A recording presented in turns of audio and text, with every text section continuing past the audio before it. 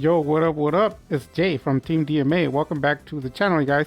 We're gonna be discussing going first or going second, but we're gonna be talking about going first with 5 opening cards first. So I am following the channel, I think it's Yummy Mike. Yeah, Yummy Mike, and I'm gonna be following his progress through through his locals until he tops, and I'm just gonna be observing what he does, more like an observer, and giving him a few tips. I did tell him that I play Dark Mission Bestial, but as you already know, I don't play any of the dead or brick cards. Like if they don't do nothing, I don't play them.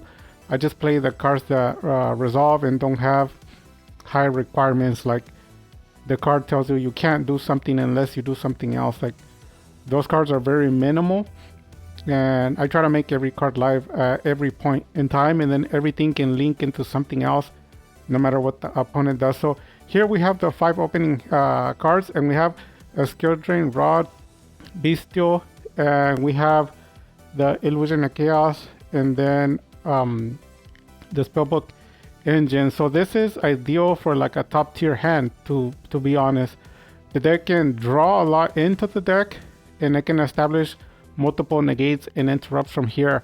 However, you know, there is a percentage of times where your opponent plays either Droll or Ash, or they can play Shifter. There's a lot of cards they can play, and when they play those cards, that's why you have other cards they're waiting waiting there, because a lot of people say, I don't like Floodgates, I don't like this, I don't like that. And when they say that, what you're secretly saying is, I like to lose to Droll and Shifter. That's what you're secretly saying.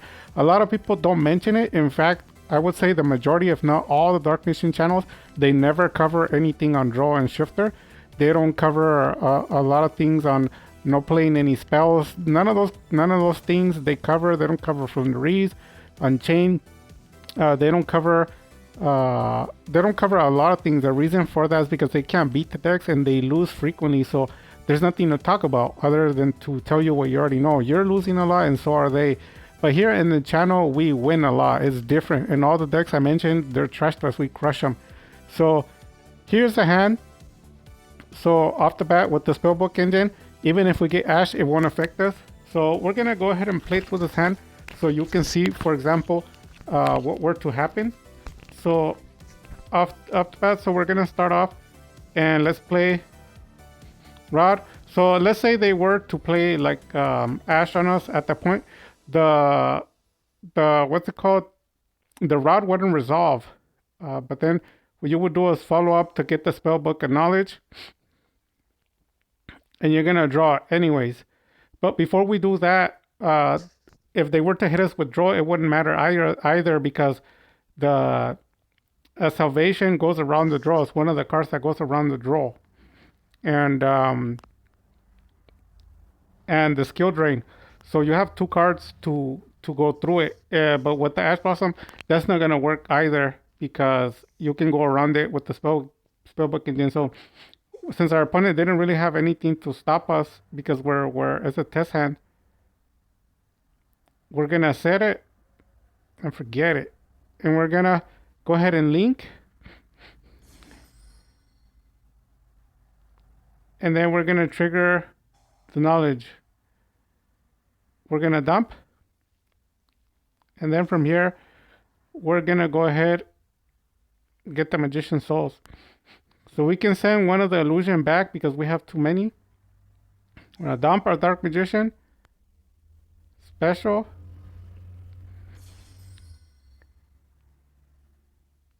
and we're gonna trigger the effect and pull at random. And if we would have drawn this, it would have been a super broken board. But we didn't draw it fast enough. So what we're gonna do right now is set, and let's see what's in here.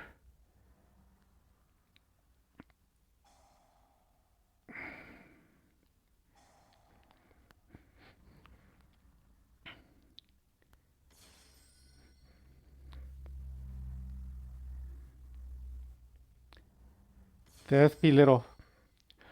Okay, so this is what we have as AM board. So like I said, just out of luck, we didn't happen to draw the restage earlier, so we could have the Omni Negate for the spell. But we have one interruption, two interruptions with SP, two, and then 3, 4 with the skill drain, and then you have 5 with the Eternal. If we had the right hand, it would be 6, and then we have 7 with the Bestial, and then it actually does 2 interrupts because when it pops a card. So we have 1, 2, 3, 4, 5, 6, 7. So you have 7 negates and interruptions, a mixture, and that's just an example of when you play Dark Magician, and that's like taking an Ash or taking a Veiler or Infinite Impermanence, and the draw is a little bit different. With the draw, you would have just had the Crackdown together with the Skill Drain, and actually you would have had most of, well, actually we can go back. No, I think all we had was the Skill Drain and Salvation, so it would have been just the Skill Drain and Salvation. But I mean, this board, for having 7 negations and interruptions like a mixture, it is broken. Whatever he summons first, we're going to remove it. And then if he tries to summon something to get crazy, we're going to rob that monster. And then as they play effects, we're going to go ahead and negate them all. The Dark Magician to the field, and that's going to chain to get the rod back to our hand. And then we have Bestial waiting in the back. And then the Bestial can link again. And we could do, let's see. Oh, they're both dark. We could do a triple pop and the remove. So I'll show you what we do. So next turn we go first. So we're gonna go ahead and we're gonna get the rod, right? So we're gonna normal rod, and if they were to ash it, it doesn't matter. Bestial, and then it would come in, trigger the effect of SP, banish a card and in the graveyard from them, and then from there you would link them both, and then we would go into Azalea, and then from Azalea it would do a double pop. Azalea would do 1 pop, and then Drifloon would do another one, and then you can attack, and then it pops again. And before you do all that, you can activate the Illusion of Chaos, getting the Magician Souls, dumping the Dark Magician Girl, special summoning Magician Souls to the field in defense, triggering the effect, and we're gonna send the restage to draw a card plus a draw search, and then the rod is gonna draw as well. At the point, you're gonna have a Dragoon with a circle with the right hand and the rest of all the cards. So you're gonna be looking at somewhere around 10 negates and interrupts on the board. So there's no way the opponent can break it, and that's not including the other Omni negates that we're gonna be drawing, because there's more in the deck. I mean, look at the deck, it's still full, but we already have way too much stuff to do. We could probably dump Dark Magician Girl, go for WAD for the Soul Servant, stack the circle, and then you get to draw 2. And then the Magician Souls is gonna draw more with the search. So there's plenty. You're gonna draw like 6 or 7 cards, and you already have too many negations and interruptions on the field, which you're gonna end up like with 10, like I said. So there's nothing your opponent can do, and this is just an example. And this is supposed to be one of the weakest budget decks. People are gonna say it's not a budget deck. Well, there is a few cards that are not budget, like the SP Lone Knight. But other than that, everything else is pretty much budget. Yeah, everything else is budget.